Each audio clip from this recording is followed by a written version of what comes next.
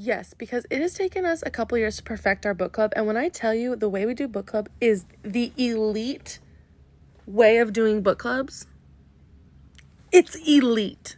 We all used to just recommend a book and then vote on whose book we wanted to read, but then we ended up just kind of reading like the same style books over and over. So we came up with this new plan where we created a master list of different themes. Like this, it's just like a shared note that we can all look at and check off. So it's just got all kinds of different types of themes for books.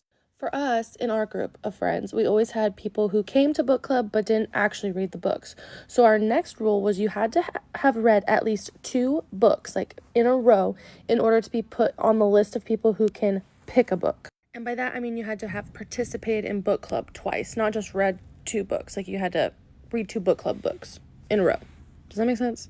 So then at each meeting, we'll put everyone's name who is eligible to recommend a book in a little like name generator thingy, and it'll randomly pick the person's name, and then they recommend what book they want to read. So they'll pick from the themes that we have listed, pick their book and be like, this is our book. We'll decide on the date, and then that happens the next time.